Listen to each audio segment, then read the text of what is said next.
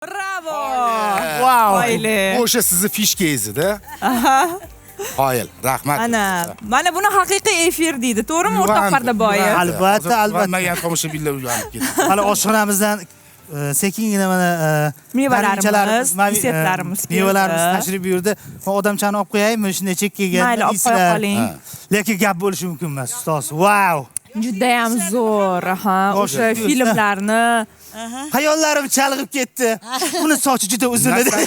Yo'q, hamma narsa ko'z oldidan shunday o'tib ketib. Men umuman kam uxlayman-da. O'zim gapirmoqchi emasman.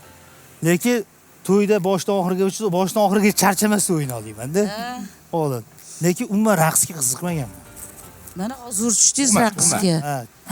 Tepki qismayman, lekin boricha o'ynaymiz. Lekin zo'r o'ynadingiz. Gap yo'q. Lekin hali qo'shig'ingizni o'sha paytlarda sochlaringiz sariq edi. Men Toshkentda shu qizni tizzalab ko'ramiz.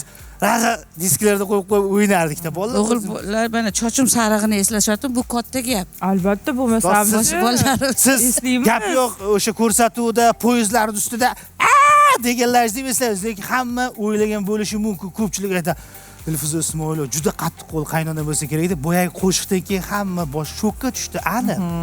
Aniq shokka tushdi. Eng mehribon qaynonalardan biri. Ochilmagan qirralaringiz juda ham qaladi Dilfuza. Juda ko'p. Endi men o'zi qattiq qo'l emasman. Hech. Tomoshabinlar o'zim shunaqa deb o'ylashadi. Shu qattiq qo'l boshqa qanaqa o'zim o'zimga o'zim qattiq qo'lman, boshqalarga emas. Chunki Jim deyman, ichimda gapiraman. O'zingni bosib qo'yaman. Juda bosiq ayolsiz, Dilfuza opa. Juda ham. Boshingizdan nimalar o'tmadi? Gapirmang. Nimalarni ko'rmadingiz? Qanaqadir o'zingizga yarasha bosiqligingiz bor. Qoyil qolish kerak. Endi qanaqa hamma meni sho'x deydi. Mikrofon. Qattim sho'x deyman. Yo, menim o'sha payt qo'llarimda sho'x deyishgan. Rollardan o'sha baribir qolganda shiddatli bir jaydari sho'x. Ushagan joyini yulib oladigan ayol. Nervingizni urib tashardim lekin. O'shaning uchun sho'x deyishganda qaramay to'g'ri tushunmas, bitta udar bilan tushunardim. Ana bu yetarli-ni. Bu odatim hozir yo'q. Hozir qolib ketgan. Kayfiyat ko'tarilgandan ko'tarilyapti. Sababi biz Alinaxon bilan oshxonadamiz. Oshxonada samovar restorani yigitlari bugun qo'llarini o'ynatib somsalar. Keyin yana nima o'qatdi? Men esimni chiqib qolaveradi. Nomi bor. Mikrofonga. Qo'ziqorin say. Qo'ziqorin say. Bunisi-chi? Bu ham say. Bu ham say. Saybex degan say. Saybex bu yangiligi. Yangilik. Qarang, necha daqiqada tayyor bo'ladi. Bu ovqatlarni marinovka qilib qo'yadigan bo'lsangiz, 15 minutda 20 minutda tayyor bo'ladigan ovqatlar. Shu marinovkasini aytmadingiz-da. O'rganish kerak. Lekin oson, menimcha unchalik qiyin emas, faqat o'sha ziravorlarni taqsimlab to'g'ri tayyorlash kerak. Grammlarni to'g'ri bersanglar bo'ladi. Qani ayol kishi biladi-da baribir. O'rgatib ketamiz. Bilganmiz-da. Mana hozir yana har doimgidek to'ldirib tashashdi, barakali qilib. Somsalarimiz hozir bu qanaqa somsa? Go'shtli somsami? Go'shtli somsa. Qo'y go'shtidan bo'lgan go'shtli somsa. Buni xamirlari bir alohida ishlov berib qiladi ham shogirdimiz. Uni xamirni siri nimada qani eshitaylik. Xamirni sirini o'rgatish uchun ancha vaqt kerak. Ancha vaqt kerak. Lekin somsalarni shu iste'mol qilgan paytda bilsangiz, aniq xamir qattimroq bo'lib qoladi. Bularda yesi to'kilib qoladi. Shuni tishlash. Ham og'izda eriydi deydi-ku. Og'izda eriydi. Hurmatli teletomoshabinlar, hurmatli uy bekalari, erkaklar, ertaga dam olish kuni erkaklar ayollariga vaqt ajratib, oilaga vaqt ajratib, endi somsa qilmasalaring ham uyda mana shunaqa say qilib bersalaring ham bo'ladi. Mehr qalbdan chiqsin.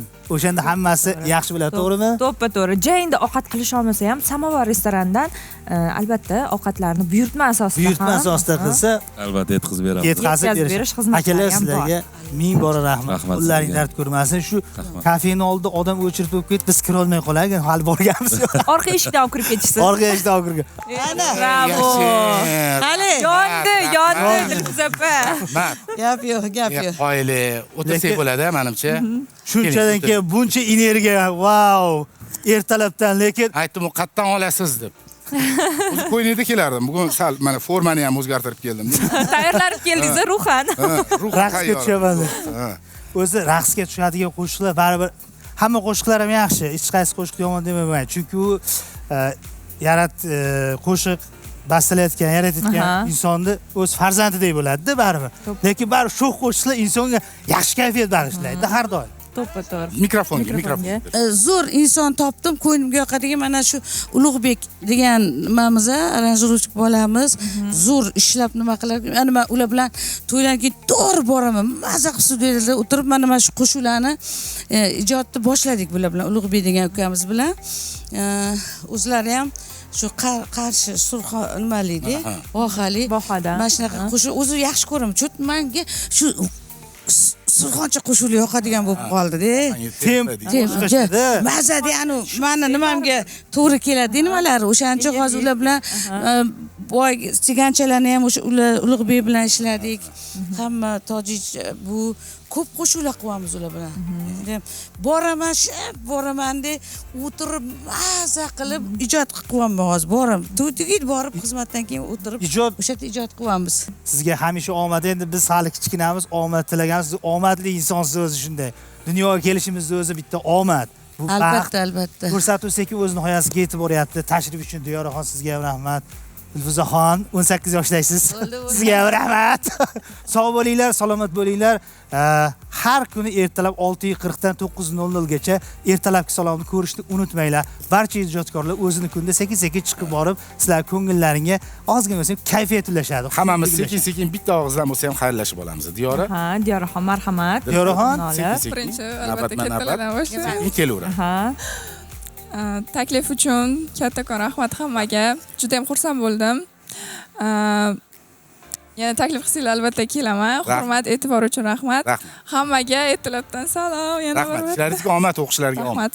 Albatta katta rahmat. Sizga ham omad tilaymiz va albatta Dilfuza opam aytganlaridek, hali Xudo xohlasa o'sha dunyo podiumlariga chiqishamiz. Sizga nasib qilsin deymiz. Va albatta tomoshabinlarimizga bugungi kuninglar xayrli, barokatli, yaxshi xabarlarga to'la bo'lishini chin qalbimizdan tilab qolamiz. Bugungi efir haqiqatan ham fayzli o'tdi. Chunki fayzli, qalbi samimiy insonlar bilan birgamiz va albatta bugun mana shu ko'rsatuvni juda ham chiroyli qilib efir kuzatishda yordam bergan butun jamoamizga albatta tashakkurlarimizni bildiramiz. Nilufarxonga, Shodli akamizga va albatta ijodiy jamoamizga, sostavimizga, musiqachilarimizga. Azizlar, o'zingizni ehtiyot qiling. Zo'r TV telekanalidan albatta uzoqlashmang. Dilfuza opa, oxirgi so'z chiroyli. Omad yor bo'lsin. Hammani ishini rivojini bersin. Qani ketdik. Omon bo'ling, yaxshilikni omon bo'linglar, sog' bo'linglar. Qani ketdik. Ismoilova.